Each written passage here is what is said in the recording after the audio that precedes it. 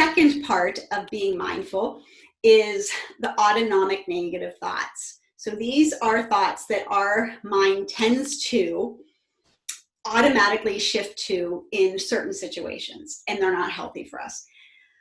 I feel a lot of us do this, and this I've taught to my oldest son a lot, who he tends to do a lot of these things too. So I have learned about these for myself, and it's been really helpful because I'm able to teach my son in these moments about these thoughts. So let's go with the first one, overgeneralization.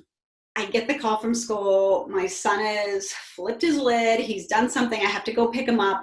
And I'm like, oh my God, he's going to be suspended again. And I overgeneralize. And I'm like, oh my God, we're going to have to find a new school. He's going to be, right? So I overgeneralize the impact of the situation.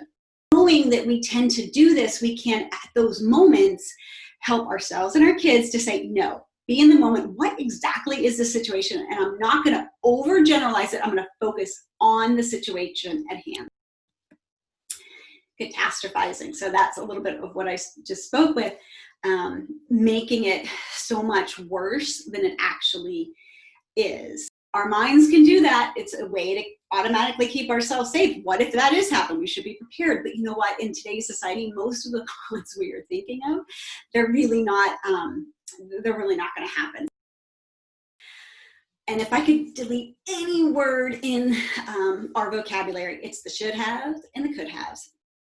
Should have brings nothing but guilt and shame. And so, you know what? Things happen.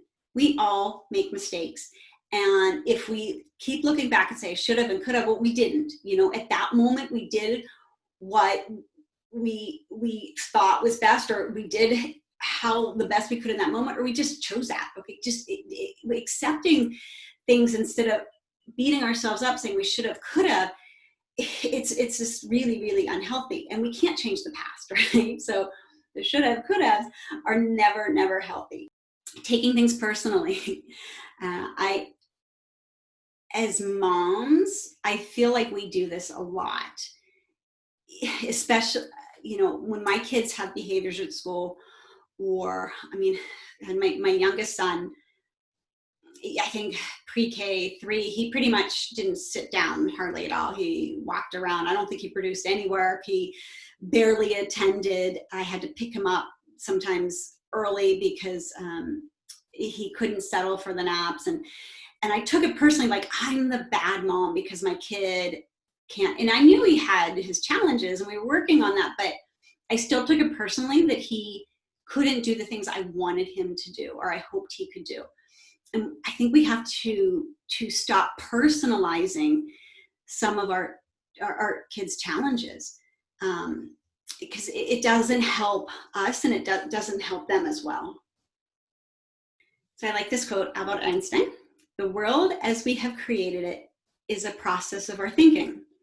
It cannot be changed without changing our thinking. So if your thoughts are causing more stress, if you're finding that is you overgeneralizing, right, or you're worried about the past and the future, if we can start changing those thoughts, then we can start changing our worlds, because really our worlds are our thoughts, are our perceptions.